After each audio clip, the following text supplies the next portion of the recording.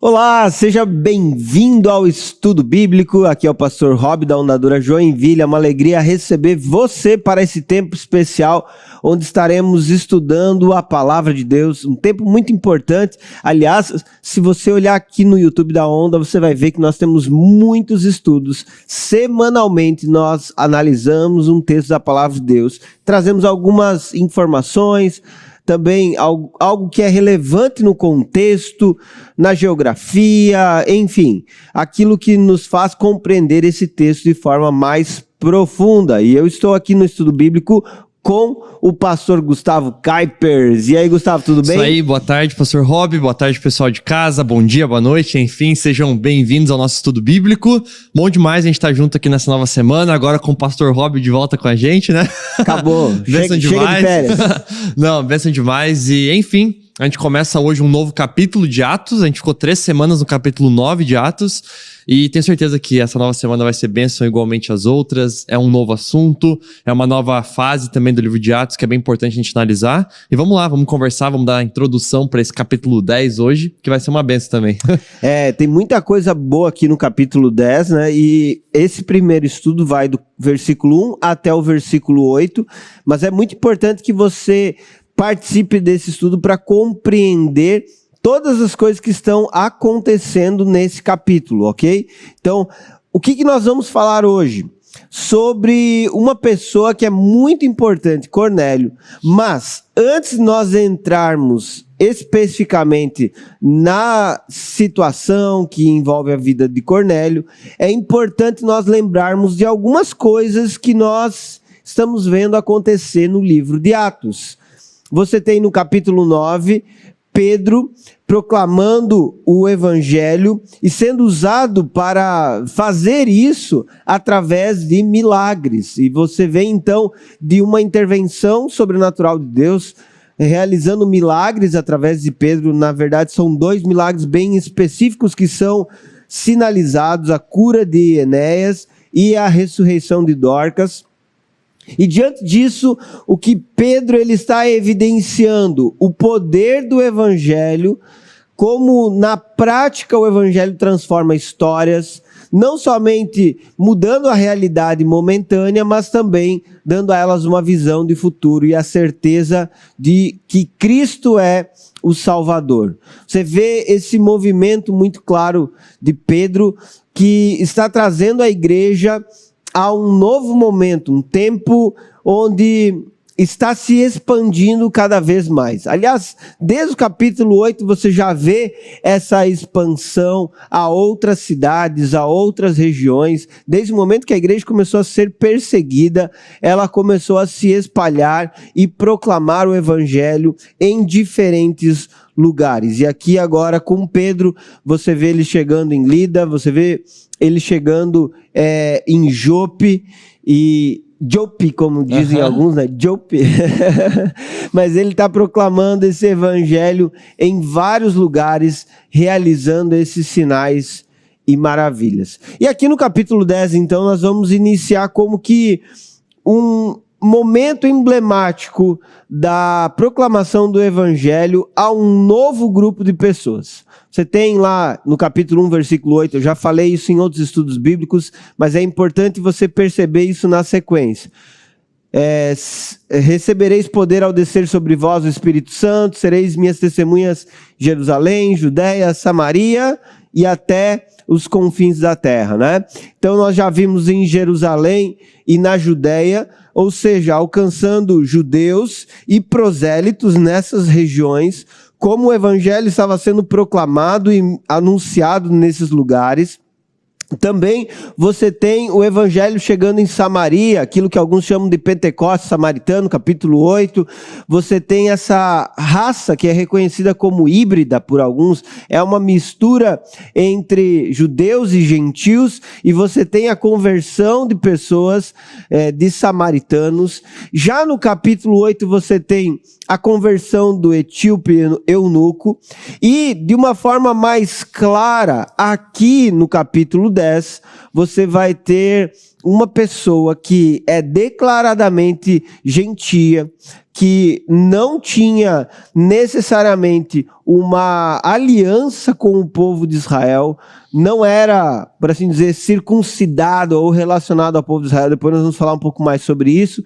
E ele então é alcançado por essa graça do Senhor Deus. Por falar em graça, a gente tem uma pergunta, né? E essa pergunta, ela vai tocar exatamente nesse assunto.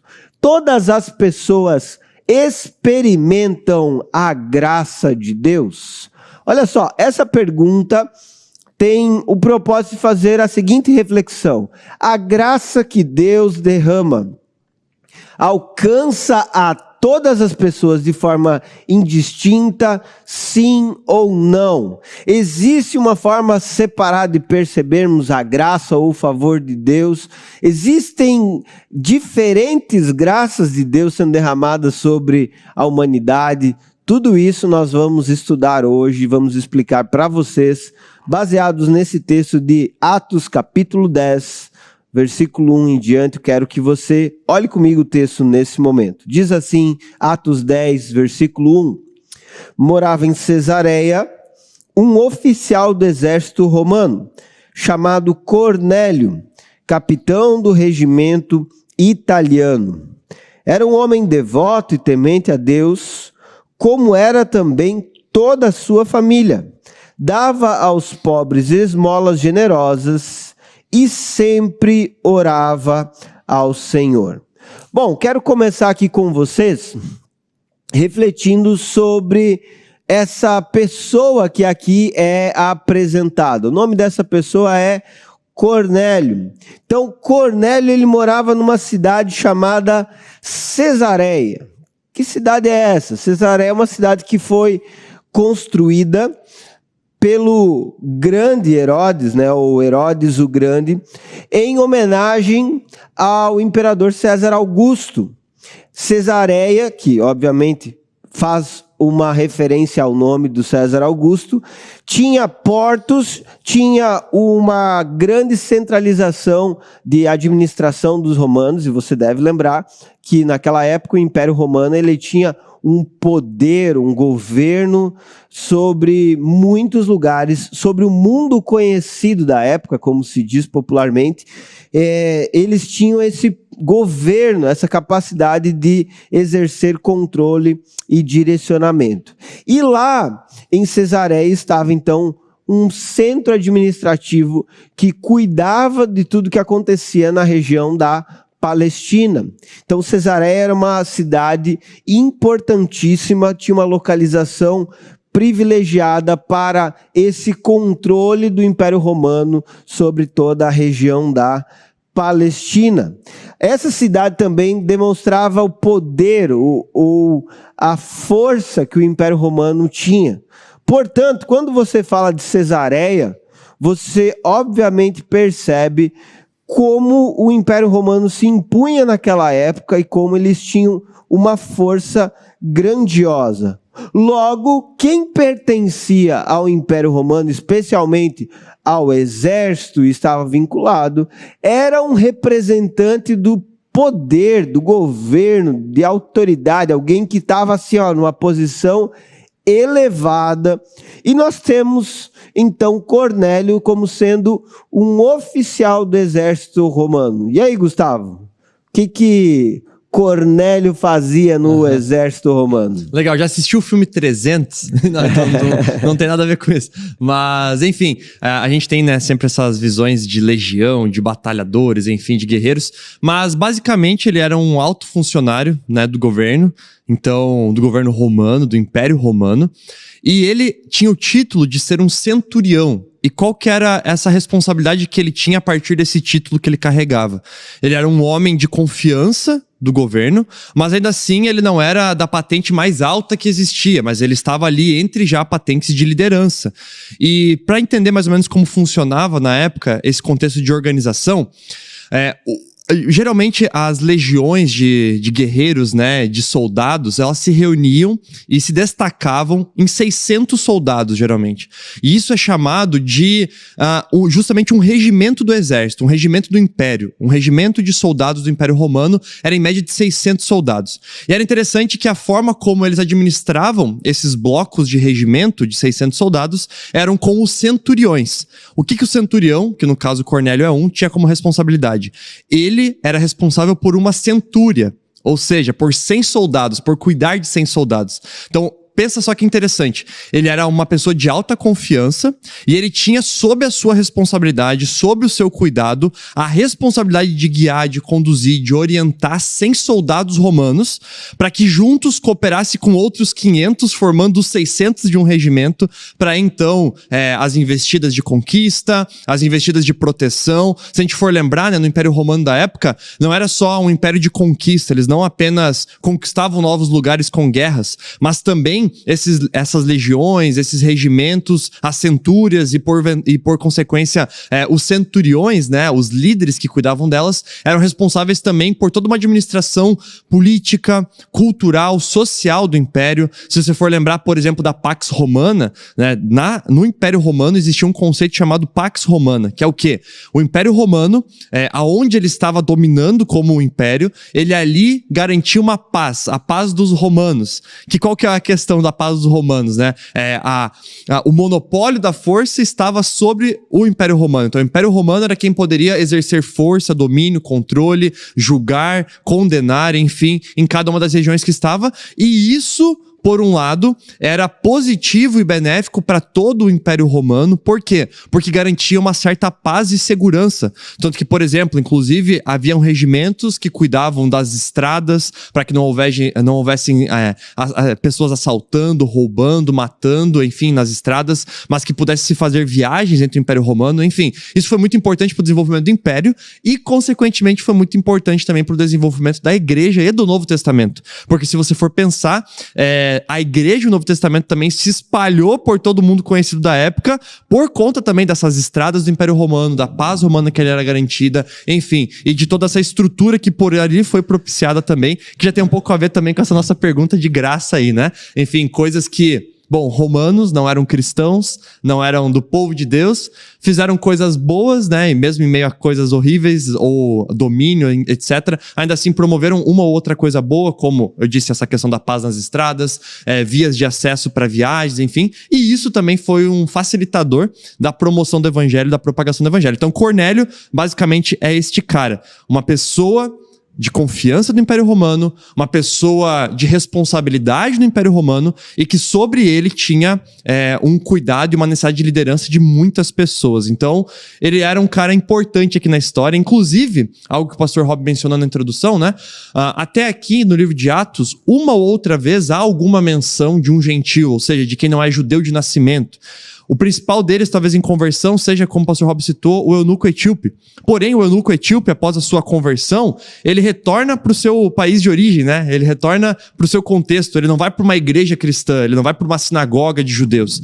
Então, beleza, ele até é provavelmente o primeiro ali gentil que ouviu o evangelho, foi para o contexto dele regional. Mas agora Cornélio não. Cornélio é alguém que vai ouvir o evangelho, é um gentil, mas ele vai estar em contato direto com cristãos, direto com judeus, e isso vai nos levar a também diversos debates ainda no capítulo 10, que a gente não vai fazer hoje, mas enfim, já é importante você ter essa introdução também a respeito desse personagem. Exatamente. E é interessante que nós, olhando aqui para a descrição de Cornélio, que é feita por Lucas, aliás, né, como Lucas descreve ele de uma forma primorosa. Mas por que tudo isso? Você já vai entender porque é importante conhecer todos esses detalhes da vida de Cornélio. Olha só, como o Gustavo explicou muito bem, ele era um oficial do exército romano. Também ele era um homem devoto e temente a Deus. E quando você pensa nessas palavras, que inclusive estão aqui no texto, era um homem devoto e temente a Deus, fala sobre a sua vida piedosa, sua vida focada a Deus. Ele era alguém que tinha, de alguma forma, uma intenção de buscar a Deus, de conhecer a Deus, de saber quem era o Deus verdadeiro. Se por um lado os romanos eles eram politeístas e viviam até mesmo de uma forma totalmente aberta a seguir deuses, contanto que esses deuses não fossem superiores ao próprio império, você tem em Cornélio alguém que expressava uma fé específica, um temor a esse Deus, um reconhecimento de quem Deus ele é. E é interessante até essa expressão temente a Deus como sendo uma palavra que se refere a pessoas que tinham um reconhecimento da divindade. No Novo Testamento, especificamente aqui nesse contexto de Atos, você tem judeus que eram pessoas de descendência israelita, que tinham algum laço sanguíneo e que também tinham passado pela circuncisão. Você tem prosélitos que são mencionados aqui em Atos, que são pessoas que de outras nações acabaram se convertendo ao judaísmo e consequentemente se circuncidaram. E você tem aqueles que são chamados de tementes a Deus, que eram pessoas que buscavam ao Deus verdadeiro, de alguma forma tinham conhecido sobre esse Deus, mas são reconhecidos como tementes porque possivelmente ainda não tinham passado pela circuncisão como uma demonstração clara diante de todos de que eles estavam comprometidos com esse Deus. Mas esse temor, ele é expresso por algumas características, por algumas ações. Por exemplo, o texto cita que a família toda de Cornélio era uma família temente a Deus. Ou seja, ele conduzia a sua casa dentro desse mesmo temor a Deus. Ele tinha dentro da sua família uma orientação para que todos caminhassem nessa mesma direção. Além disso, ele é reconhecido como alguém generoso, porque o texto diz que ele dava esmola aos pobres. E aí, gente, vamos lembrar aqui, oficial do exército romano. O oficial é aquele que tinha poder, tinha autoridade, é aquele que inclusive estava sob outras nações, exercendo domínio econômico. Lembrem que o Império Romano retirava impostos, cobrava para manter a segurança daquele povo e, consequentemente, você vê em Cornélio uma atitude que é, no mínimo, curiosa, o fato dele ser alguém que dava esmolas. Inclusive, na sequência do texto, depois você vai perceber que as esmolas que ele dava, e aqui a palavra esmolas tem a referência de ser uma doação financeira, não é pegar só as moedinhas e jogar para alguém, né? É de uma forma contínua e constante estar auxiliando pessoas em necessidade, pessoas que estão precisando de ajuda. Então, essas ações de Cornélio chamaram, de fato, a atenção do próprio Deus como sendo ações que foram feitas de maneira contínua. E, além disso, ele orava continuamente. Além de ser generoso, ele era alguém que seguia um ritual de oração. Possivelmente, aquele ritual das 9 da manhã, meio-dia e 3 horas da tarde, as 3 orações que eram comuns aos judeus. Possivelmente era sobre isso que estava se falando ali no texto. Mas não sabemos exatamente se era esse detalhe ou não. O que sabemos é que ele tinha esse costume de orar, e você tem até mesmo essa revelação que ele teve a partir do versículo 3, acontecendo às 3 horas da tarde. Então, pode ser que ele estava exatamente nesse momento de oração, e nesse momento de oração, então, ele teve essa visão que nós vamos explicar depois no versículo 3 em diante. O que nós chamamos a atenção de vocês, então, para essa descrição de Cornélio? É uma pessoa que você olha e diz, uau, que cara legal, hein? Cara joia.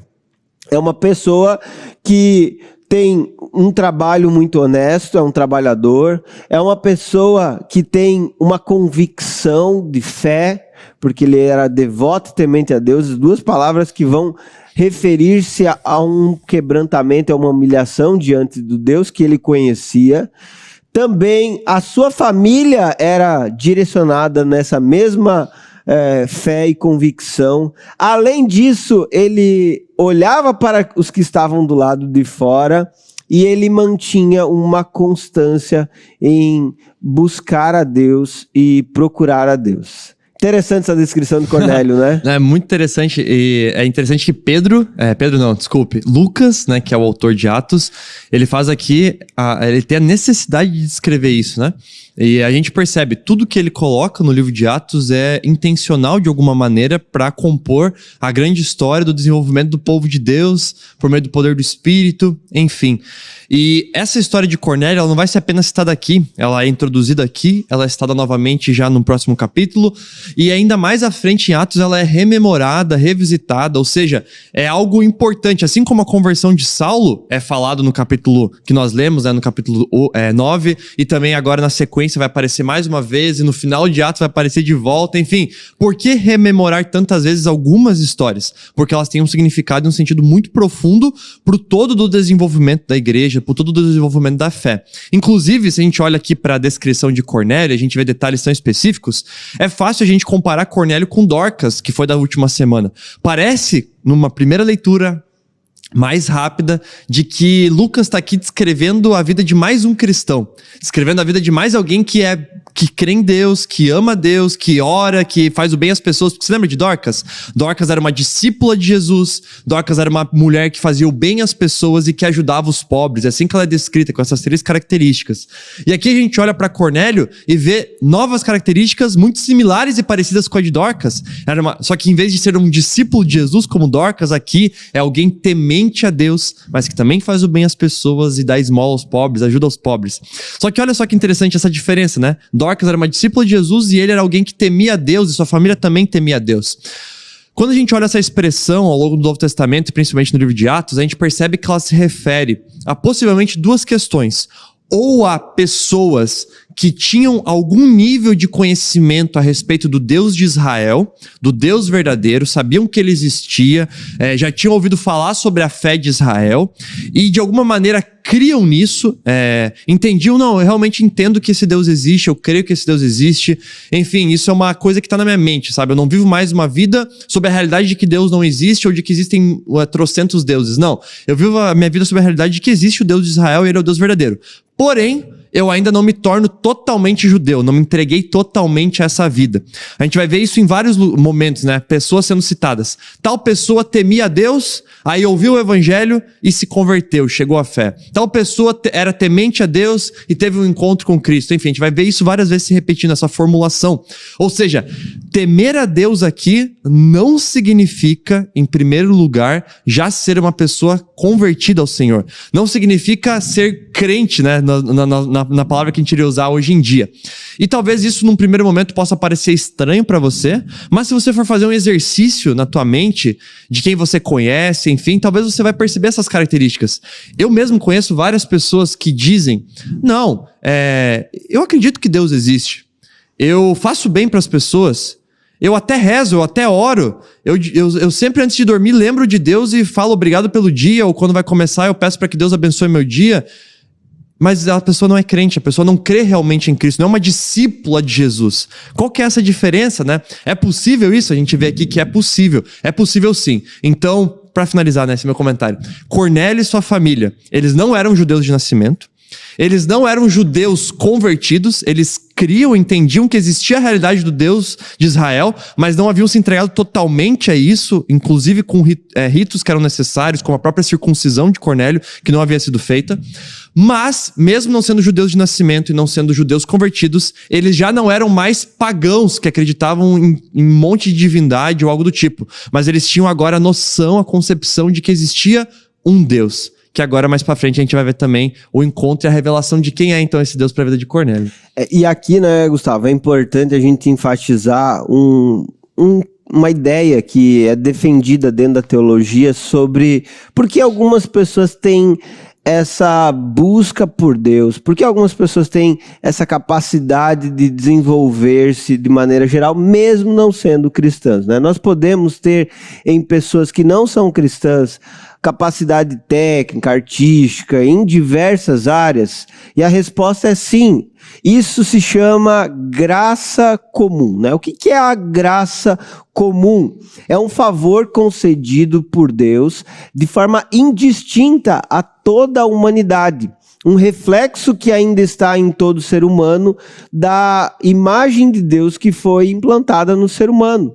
Diante disso, você percebe em várias esferas da ação humana capacidades sendo desenvolvidas. Por exemplo, no domínio físico, na questão do corpo, no desenvolvimento do corpo, na excelência do corpo, em técnicas, por exemplo, médicos, enfermeiros, e por aí vai. Diversas áreas que o ser humano ele consegue desenvolver, ciência relacionada ao cuidado com o corpo, ao desenvolvimento do corpo.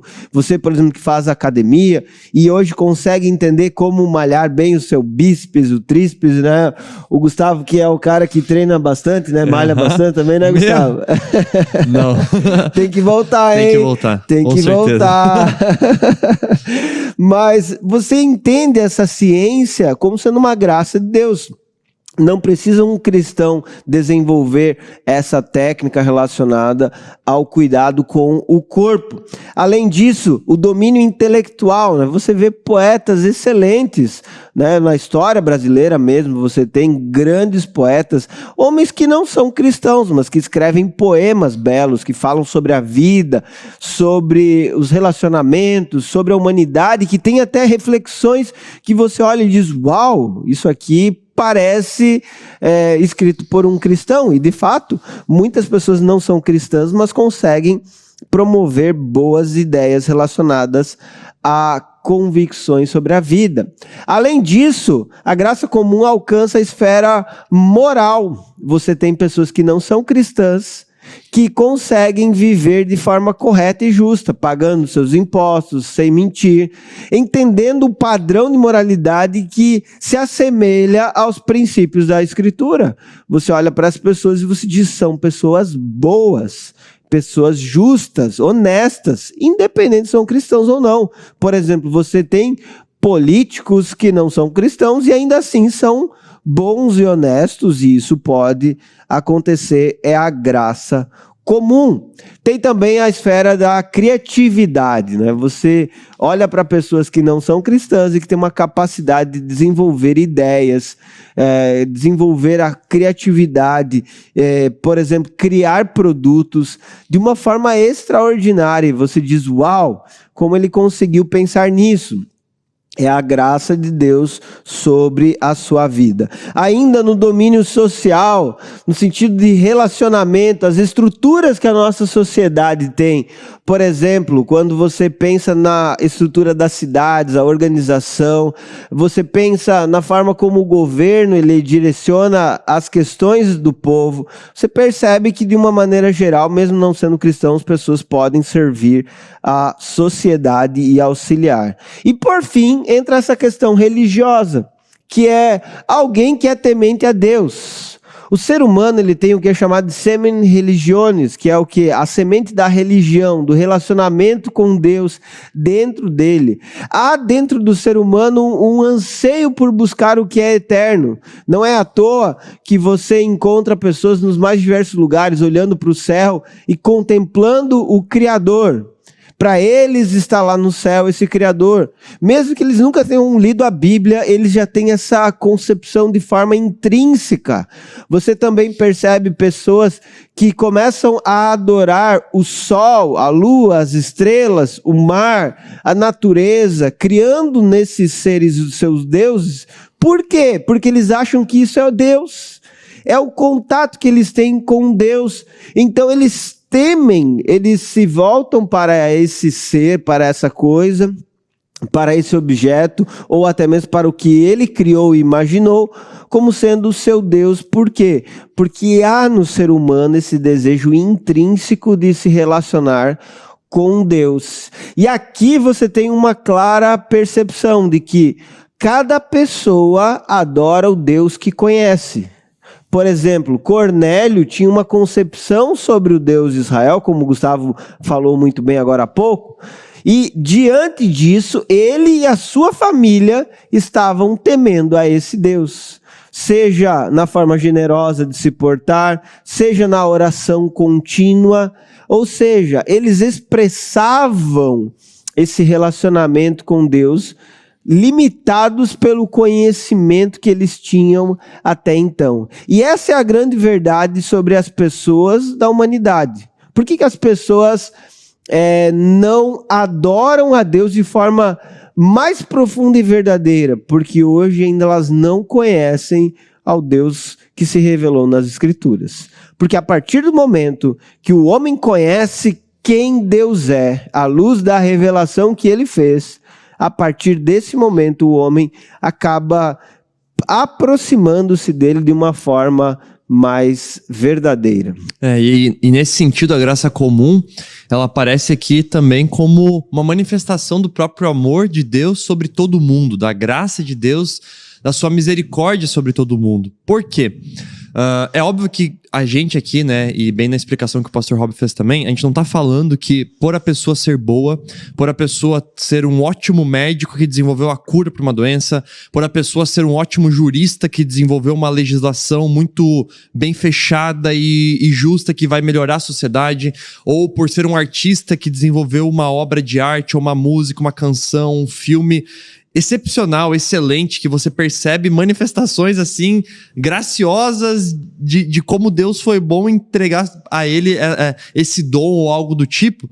A gente percebe que, enfim, ainda que essas coisas sejam todas boas, obviamente elas não são suficientes, e nós não estamos dizendo que elas ultrapassam, inclusive, a barreira da necessidade de Cristo ou algo do tipo, não tem nada a ver com isso. Por exemplo, o próprio apóstolo Paulo, em Romanos, ele reconhece que diante da criação, diante da natureza, diante da realidade deste mundo, nós, bem como o pastor Rob disse, podemos vir a ter esse maravilhamento, essa contemplação, esse desejar do Deus verdadeiro, ou de conhecer a Deus, ou de reconhecer que existe esse Deus e se maravilhar com isso. Agora, isso por si só não nos salva, não nos conduz à salvação. Mas para que serve isso então? Bom, se Deus não fosse amoroso, misericordioso, ao ponto de derramar sua graça comum sobre todos nós não viveríamos.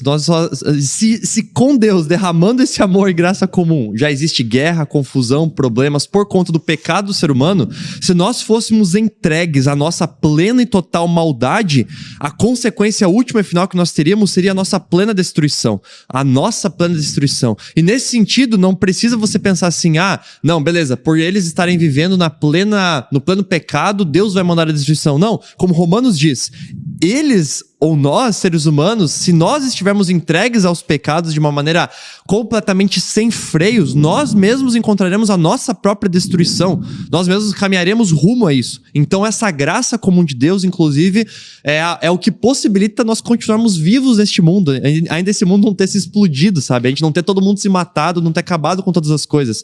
É isso que dá o senso de moralidade às pessoas. É isso que, inclusive, há vários debates, né, sobre lei natural, pessoas que, enfim, sociedades que naturalmente encontram alguns conceitos importantes para se viver. Por exemplo, um conceito básico para que uma sociedade viva, né? Você não pode matar a outra pessoa. O direito à vida que vai possibilitar com que as pessoas vivam, a coisa mais básica de todas, enfim. Então a gente percebe que em vários elementos do mundo, em culturas diferentes, em crenças diferentes, e aqui ninguém está falando sobre salvação, sobre conhecer o Deus verdadeiro, mas a gente está falando sobre essa graça comum que Deus dá ao ser humano para que a vida possa continuar existindo, para que a gente possa continuar inclusive cumprindo o nosso chamado de pregar o evangelho, de anunciar o reino de Deus, e aí sim, então, de apontar para o Deus verdadeiro, para o Deus criador de todas as coisas, e reconhecer quem é Ele, Jesus Cristo, revelado também na própria Escritura, né? Exatamente, o que o Gustavo está falando agora é sobre essa distinção entre a graça comum e aquilo que é chamado de graça salvífica, né? A graça da salvação. Essa graça para a salvação é algo direcionado àqueles que são cristãos. Afinal de contas, nós cremos que quando Deus derrama essa graça sobre alguém, essa pessoa é alcançada, ela é transformada, ela é convencida, ela é transportada para uma nova vida. Então, a graça salvífica, ela é distinta, específica. Porém, a graça comum é indistinta. Inclusive, você vai ter pessoas que não são cristãs desenvolvendo na esfera geral da sociedade muitas coisas extraordinárias que vão além do que um cristão, por exemplo, consegue desenvolver numa capacidade intelectual, ou até mesmo social, enfim, nessas diversas esferas que eu mencionei anteriormente. Então, como que você explica Cornélio ser um homem tão bom, um homem tão agradável, tão legal? Imagina, a família de Cornélio deveria ser muito legal mesmo, né? E como você explica isso se ele ainda não conhecia o Deus verdadeiro de forma profunda, ainda ele não era um cristão? Explicamos através da graça comum e dos aspectos que ele já conhecia sobre o Deus de Israel, que de alguma forma tinham sido repassados para ele. Porém, o que nós vamos perceber a partir do versículo 3 é que havia necessidade desse Cornélio ouvir uma mensagem e se aproximar do Senhor. Deixa eu ler aqui o versículo 3, gente, para vocês entenderem melhor o que nós estamos falando. Versículo 3 diz assim: certa tarde, por volta das 3 horas, lembra que eu falei da oração, que era às 9, 12, 3 horas, possivelmente o horário que ele estava orando. Teve uma visão na qual viu um anjo de Deus vir em sua direção e dizer: Cornélio. Temeroso, Cornélio olhou fixamente para o anjo e perguntou: o que é, Senhor? E o anjo respondeu: suas orações e esmolas subiram até Deus, e ele as guarda na memória. Agora, envie alguns homens a Jope e mande buscar Simão, também chamado Pedro. Ele está hospedado com Simão, um homem que trabalha com couro e mora à beira do mar. Assim que o anjo foi embora, Cornélio chamou 2 servos de sua casa e um soldado devoto de seu grupo de auxiliares. Ele lhes contou o que havia acontecido e os enviou a Jope. Olha só, pessoal, coisa interessante aqui esse texto, né? Primeiro que você tem Cornélio por volta das 3 horas tendo uma visão. O que é essa visão? É a capacidade de enxergar algo além do que está diante dos seus olhos fisicamente naquele momento. É uma capacidade de enxergar uma revelação que Deus lhe entregou. Essa capacidade não vem do próprio Cornélio, tá, gente? É uma capacidade que Deus dá ao homem. Então, visão não é produzida por uma alucinação, tipo, Cornélio tomou um chá diferente lá e então, uau, tô vendo coisas diferentes. Não. Ele não fumou nada, não bebeu nada, ele não estava usando droga nenhuma. É uma revelação que Deus deu a ele. E essas revelações acontecem quando? Quando Deus deseja transmitir algo ao seu povo, aos seus servos. Aqui, nesse caso, um anjo especificamente veio em sua direção. E nós já falamos sobre anjos anteriormente, mas só cabe aqui relembrar. Anjos são mensageiros que transmitem uma voz, uma direção que Deus está dando para o seu povo. Diante disso, aliás, Cornélio foi chamado pelo nome. Cornélio, imagine só, ele estava lá e de repente ele escutou Cornélio, alguém chamando ele, né? Imagine essa cena. O texto diz que ele ficou temeroso. E eu coloco aqui a palavra assombro. Por que assombro? Assombrado diante da revelação sobrenatural. Ali estava algo sobrenatural acontecendo. Diante disso, a reação de Cornélio foi sentir esse assombro. Como diria um grande teólogo, assombro diante do divino, né? E esse assombro diante do divino é o quanto nós somos tocados pela presença de Deus, pela manifestação de Deus, seja diretamente o próprio Deus ou um anjo que ele está enviando. Então entenda, esse ficar temeroso é aqui ficar assombrado, é ficar perplexo, porque a revelação de Deus, ela é gloriosa. E esse homem continuamente buscava a Deus, e nesse dia ele foi encontrado pelo Senhor. Outra coisa interessante também desse texto, como o anjo conversa com ele, respondendo, né? Cornélio pergunta: que é, Senhor? O que o Senhor está querendo? Por que você está vindo aqui falar comigo, né? E a resposta do anjo é: suas orações e esmolas subiram até Deus. Olha que interessante, as orações e a generosidade de Cornélio acabaram sendo percebidas por Deus. Deus enxergou Cornélio e viu a sua intenção, seu desejo de ser ou de viver um relacionamento verdadeiro com ele. Como eu falei anteriormente, essa generosidade era uma marca do povo de Israel e possivelmente Cornélio já tinha aprendido sobre isso quando ele ouviu falar sobre esse Deus. E você vê como ele se dedicava à oração. E aqui até mesmo fica uma reflexão, né? Um homem que não conhecia Deus de forma profunda, mas que orava muito, que conversava com Deus. Perceba que, por vezes, as pessoas que não conhecem o Deus verdadeiro dedicam-se muito mais em querer, em buscar, em ansiar a Deus, do que aqueles que já o conhecem, daqueles que já sabem qual é a verdade. E isso serve como uma importante reflexão para todos nós sobre a necessidade de vivermos esse relacionamento com Deus de forma contínua, de não jogarmos fora essa oportunidade e privilégio que nós temos. A orientação que Deus deu para ele através do anjo foi clara. No versículo 5 disse: envie alguns homens a Jope e mande buscar Simão, chamado Pedro. Pense que teve um endereço bem certinho. Jope, teve o local onde ele estava hospedado, na casa de um homem que trabalha com couro, que mora à beira do mar.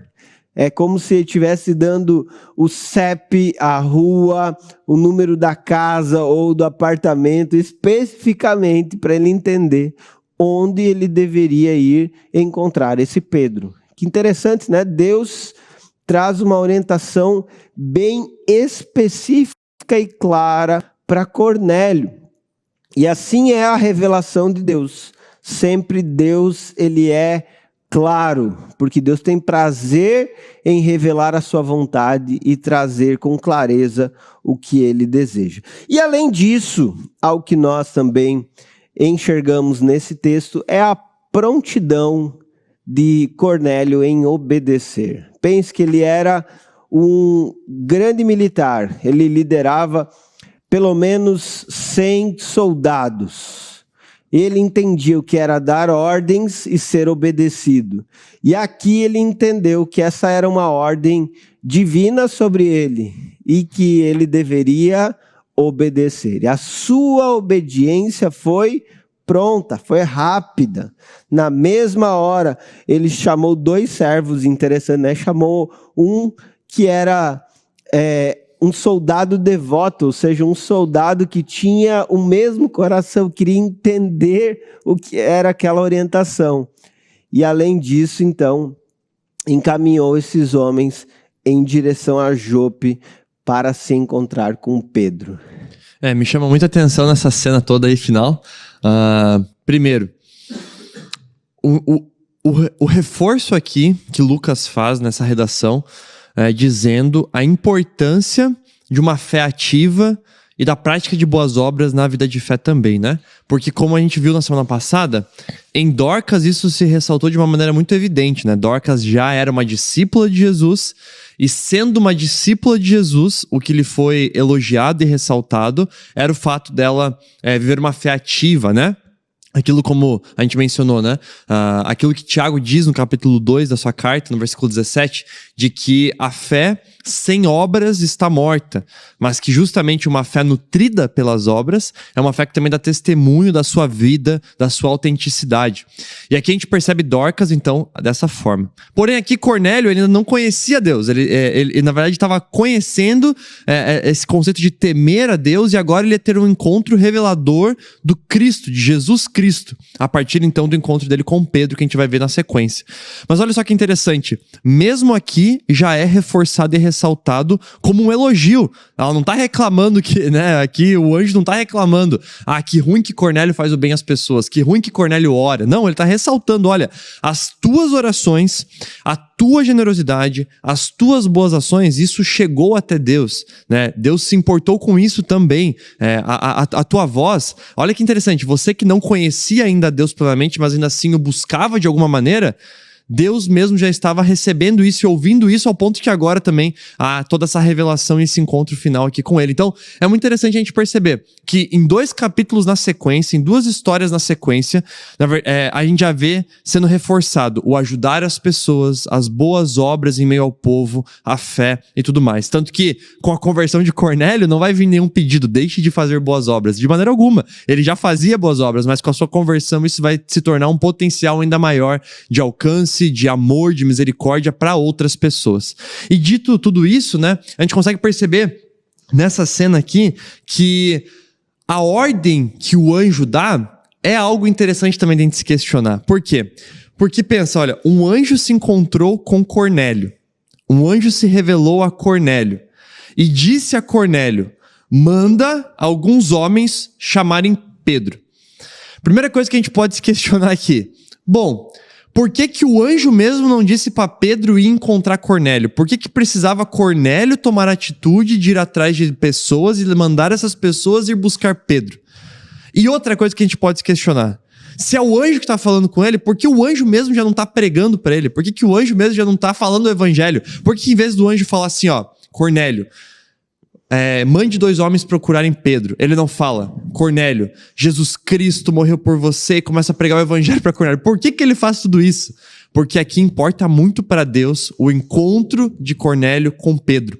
Isso vai ser importante para Cornélio, isso vai ser importante para Pedro, e isso vai ser importante para a igreja e para o desenvolvimento da igreja. Por quê? Porque Deus poderia fazer tudo através de anjos, mas ele escolheu fazer também através da sua igreja. E o avanço da igreja, o avanço do evangelho, ele justamente escolheu dar como responsabilidade à sua igreja. E a gente vai ver depois nesse encontro que esse encontro é muito significativo. Ele é muito significativo para transformar Cornélio, para transformar Pedro também, para transformar, como eu disse, a própria igreja. Enfim, tudo isso tem um significado muito profundo. Mas a gente poderia se questionar, bom, mas por que não resolveu tão mais rápido? Se Deus, né, é diretão ali com Pedro também, Pedro é um apóstolo, por que já não fala direto para ele pega e vai para lá, assim como ele foi de uma cidade para outra? Porque lembra, no capítulo 9, quem manda Pedro ir de uma cidade para outra é justamente também ali a visão de um anjo, aí depois também algumas pessoas vêm chamar ele, e agora novas pessoas vão ir chamar ele para ir para um outro lugar. E óbvio que Pedro vai obedecer, afinal de contas ele é um apóstolo enviado para cumprir essa missão. Né? Exatamente. Então, essa cena começou a ser descrita hoje, pessoal. Só começou. Por quê? Porque essa cena tem mais capítulos. Sim, né? Deu vontade de dar uns spoilers aqui, né? Tem vontade. Vamos deixar. Não, mas a gente vai chegar lá, né, Gustavo? Com certeza. Mas é muito legal realmente essa reflexão inicial, já que mostra a resposta à nossa pergunta, né? Qual que era a nossa pergunta aqui? Todas as pessoas experimentam a graça de Deus? Bom, nós explicamos que a graça comum, ela é indistinta. O favor de Deus é derramado sobre todos os seres humanos de maneira geral. Tanto é que você tem Cornélio como sendo alguém que vive coisas extraordinárias, que vive até mesmo um padrão moral elevadíssimo. Porém, a graça salvífica, ela é restrita e alcança algumas pessoas. Tanto é que Pedro, ele é necessário nessa situação. Os anjos anelam proclamar as boas novas, porém, nós temos esse privilégio de proclamá-las. E é aqui onde entra, então, a necessidade desse Pedro, a chegada de Pedro nessa história, o que nós vamos explicar para vocês na semana que vem. Vocês não podem perder, né, Gustavo? Semana que vem o estudo vai ser muito legal, que vai continuar explicando o que aconteceu com Cornélio. Mas é importante essa reflexão, então, sobre alguém que foi alcançado por Deus, que foi chamado pelo Senhor e que já inicialmente demonstrou prontidão em obedecer e viver o que Deus desejava. Com certeza. Isso aí. Semana que vem a gente continua esse encontro, né? Agora um já entendeu que tem que encontrar o outro. Vamos ver na semana que vem qual que vai ser o resultado disso também. Tem mais coisa aí. Valeu, gente. Gente, ótima semana. Até semana que vem. Deus abençoe vocês. Até o próximo estudo.